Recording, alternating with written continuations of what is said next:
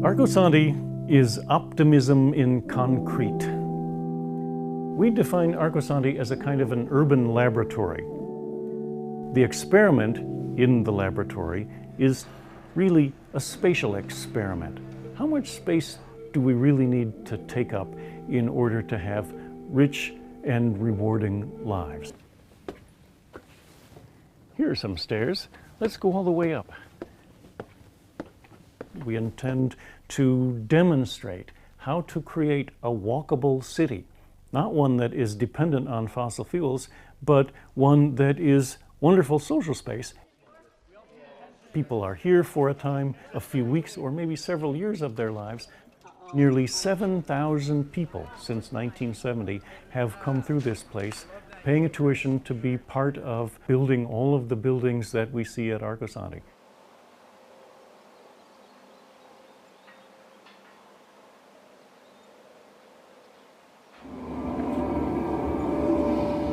Okay, stand back for just a moment. About a third of our income comes from the making and selling of ceramic and bronze wind bells. The work here is to figure out how to have a rich life without really being rich.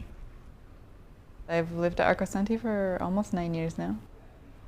It's not what I envisioned for my life, but it's been the best thing for me. People are instantly very open and very direct in their feelings. Before here, I was a senior project manager of an ad agency. The American dream of living in a mansion that's air-conditioned, where you have everything you need in the refrigerator, is the best place for you to check Facebook. That's the opposite of what ARCOSANTI is about. This is the Slack system here.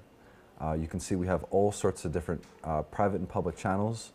It's not trying to drop out of mainstream society. It's trying to say, we understand mainstream society intimately, and we're going to go one or two steps ahead to see where this is going. We imagine that if cities were devised in the proper form, then something wonderful could happen. We're here in the central Arizona desert, not in spite of the place, but because of this place. Right now, we're kind of a base camp for arcology. Architecture and ecology as two parts of the same entity. We only use about 1/5 the amount of energy that most American developments use. Our architecture just works harder than your architecture. You'll see that the lights aren't turned on. We don't need to turn them on. We have the sun. The sun shines down on this concrete all day long, and in the evening the concrete retains its warmth while the air gets cool. If we can devise some ways to populate the desert economically, ecologically, socially, it's going to have value for a third of humanity right away. Paolo Soleri first started ARCOSANTI in 1970.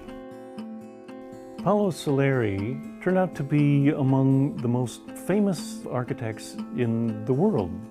He was still working very hard up until the very last days of his life to continue to push this idea of the three-dimensional, compact, complex urban city.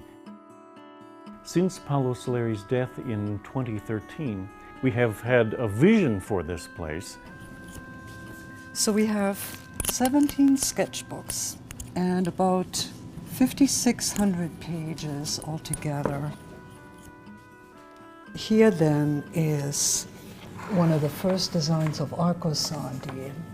And you see right here is little ARCOSANTI that we have right now.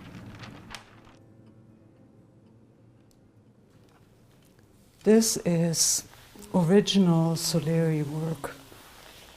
He used crayon and drew all this. Our work as the next generation of ARCOSANTians is to revisit Soleri's early designs, see how they can become buildable and transferable to other places and peoples. After a while, one of two things happened. Either you go to sleep from the outside world and you just say, life's great, I'm going to watch a sunset, have my mind blown, write poetry.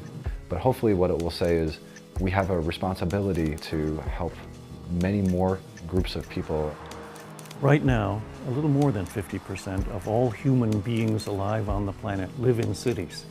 In the next 30 years, that's likely to go up to 80%. We can put our minds together and try to solve the issue of our generation, how to live in cities.